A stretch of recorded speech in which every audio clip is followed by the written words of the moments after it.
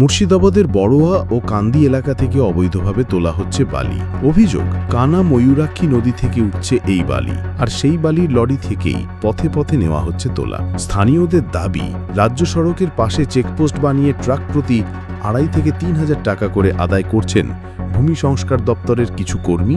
পুলিশের সামনেই মানবাধিকার কর্মী সাদরুল আলম বিষয়টি নিয়ে জেলা শাসকের কাছে অভিযোগ জানিয়েছেন। বাহাদুরপুর, বেলগ্রাম এবং কান্দিতে 3টি চেকপোস্ট খুলে প্রত্যেকটি গাড়ির কাছে 2,000, 3,000, 4,000 করে ডিসিআরের মাধ্যমে টাকা কাটছে। এটা সম্পূর্ণ অবৈধ।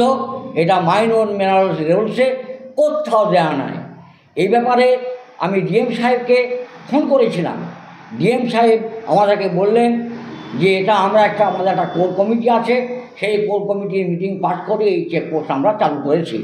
কিন্তু এটা সম্পূর্ণ ভারতের সংবিধানকে অপমান করা হচ্ছে এবং এটা সম্পূর্ণ আইনি বিরোধী কাজ। অন্যদিকে কংগ্রেস নেতা অধীর চৌধুরী বিস্ফোরক অভিযোগে বলেন, প্রশাসনের আশীর্বাদ ছাড়া এত বড় র্যাকেট সম্ভব নয়। এখানে তৃণমূলের নেতাদের সমস্ত পয়সা কামানোর এগুলো হচ্ছে কতগুলো ঠেক। তৃণমূলের নেতাদের পয়সা কামানোর কতগুলো জায়গাগুলো চেকপোস্ট কারা চালায় দেখবেন তৃণমূলের লোকরা, এবং পুলিশের মদতে চালায়।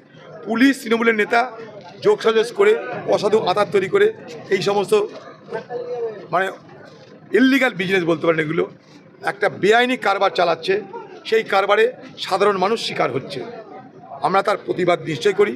প্রশাসন আমাদেরকে বোঝানোর জন্যে, সরকার আমাদেরকে বোঝানোর জন্যে স্তোক বাক্য দেয়, কাজের কাজ কিছু হয় বলে আমি মনে করি না। যদিও ভূমি সংস্কার দপ্তরের আধিকারিক অচিন্ত ঘোষ সব অভিযোগ অস্বীকার করেছেন।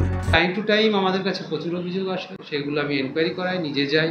তো সেই থেকে আমার মনে হয়েছে সব অভিযোগগুলো কিন্তু সত্য নয়, তার বেসিসে আমি বলেছি।